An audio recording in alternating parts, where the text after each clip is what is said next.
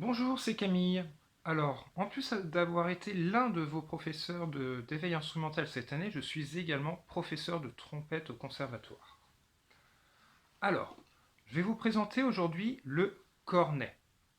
Le cornet, c'est un cousin de la trompette. Ça se joue de la même façon en faisant vibrer ses lèvres à l'intérieur de l'embouchure. Voilà. Un petit exemple.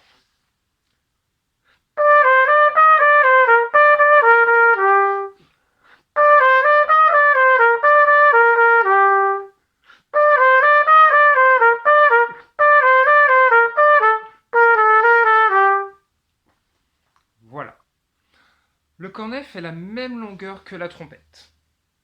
D'accord? Mais est beaucoup plus replié. Du coup, l'équilibre est beaucoup plus adapté pour la morphologie des enfants. Vous êtes moins entraîné vers l'avant. Je vais vous jouer un autre petit morceau qui s'appelle Oblivion de Piazzolla.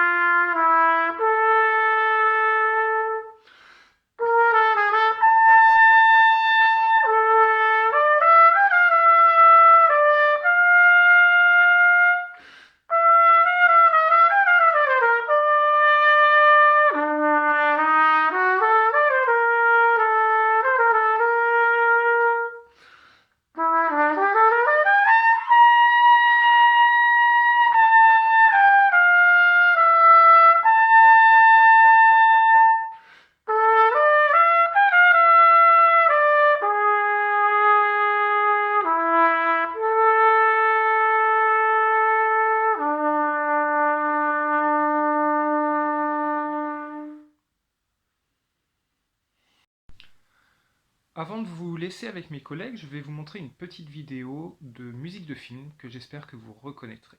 A bientôt!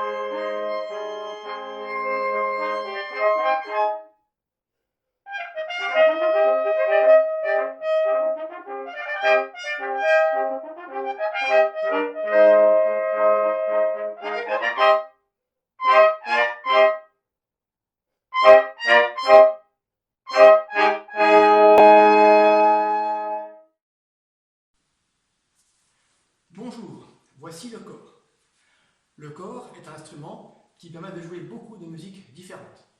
Par exemple, de la musique douce.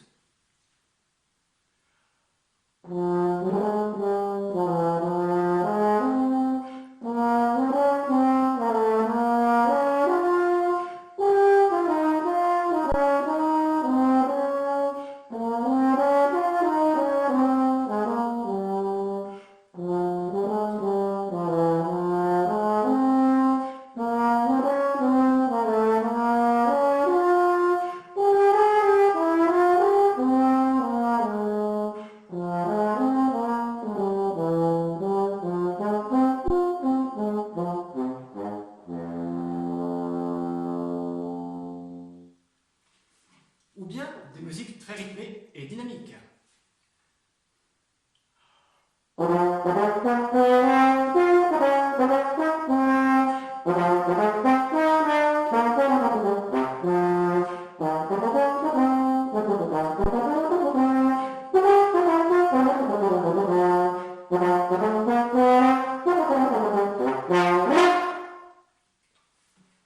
Le corps est aussi beaucoup utilisé pour les musiques de films.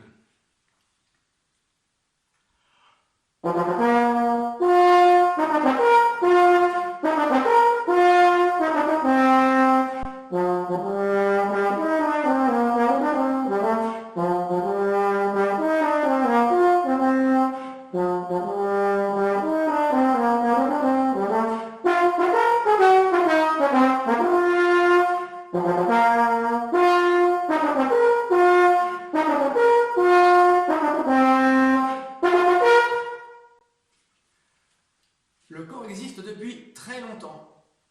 Beaucoup de compositeurs de musique classique ont écrit pour ces instruments. Par exemple, Mozart.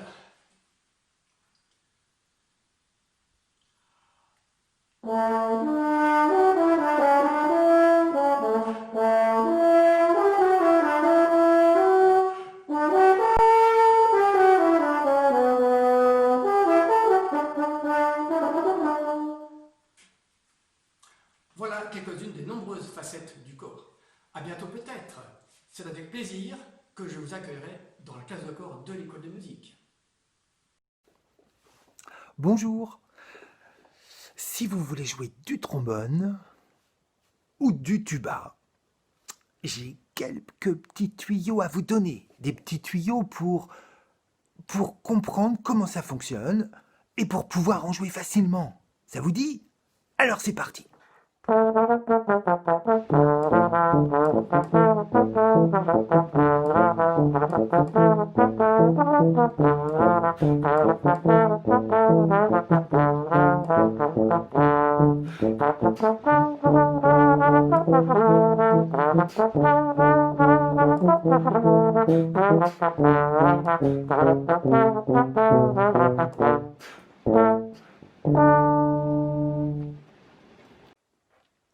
Le trombone est constitué d'une embouchure, d'une coulisse qui s'allonge et d'un pavillon d'où le son sort.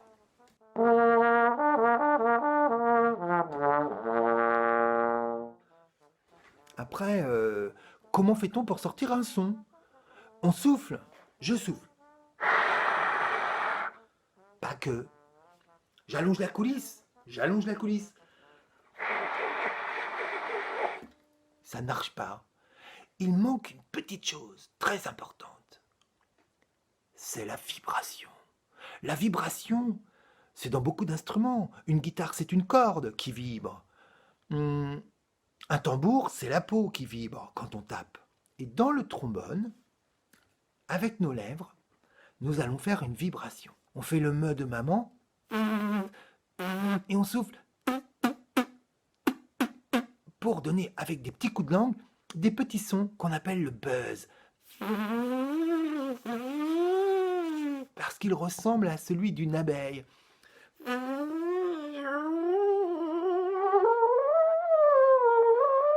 On dirait plutôt une baleine, mais bon.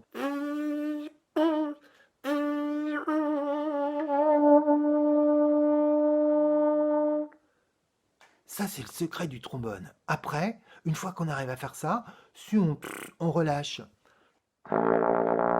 On fait du grave. Si on fait du tout petit avec du souffle,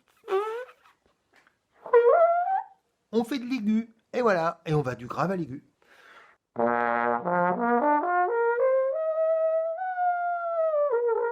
Et après, nous allongeons la même chose en deuxième position. Peux-tu me dire combien de positions j'ai sur mon trombone et sur cette coulisse?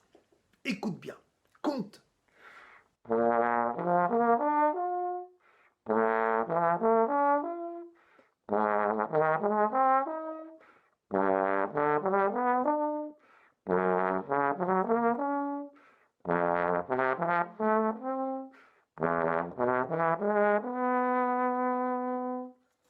T'as bien compté?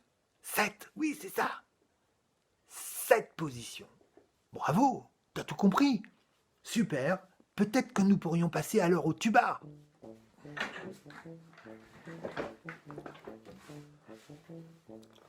Le trombone, le tuba font partie de la même famille. La famille des cuivres, bravo. Et comme on souffle dedans, ils font aussi partie d'une grande famille des instruments à vent. Pour le tuba, comme pour le trombone, il y a des positions.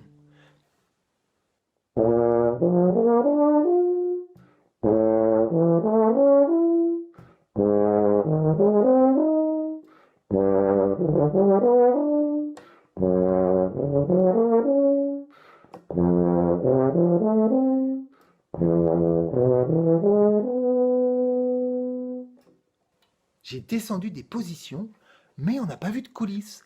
Tout se passe grâce à des pistons. Des pistons? Ah, comment ça marche, des pistons? Pas facile. Ici sort un petit tuyau. Donc, quand je joue dans le tuba sans appuyer, j'ai une note. Si j'appuie sur ce piston avec le petit tuyau, je descends pas beaucoup, un tout petit peu.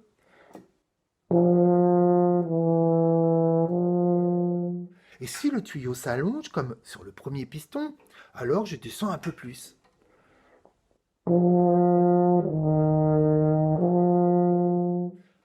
Et au troisième piston, encore un peu plus.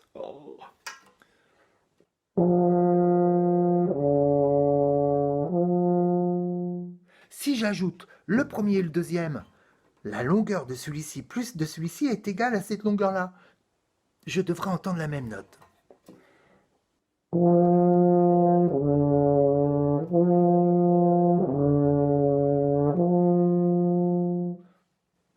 Et voilà.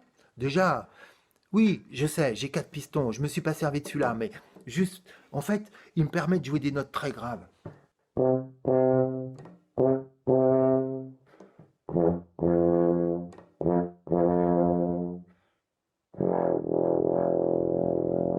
Et d'aller plus vite pour jouer. Vous avez vu ce pavillon? Une embouchure, plein de tuyaux partout. Et voici le tuba, le cousin du trombone. J'espère que tu as tout bien retenu et je suis impatient de te rencontrer à la rentrée. À bientôt!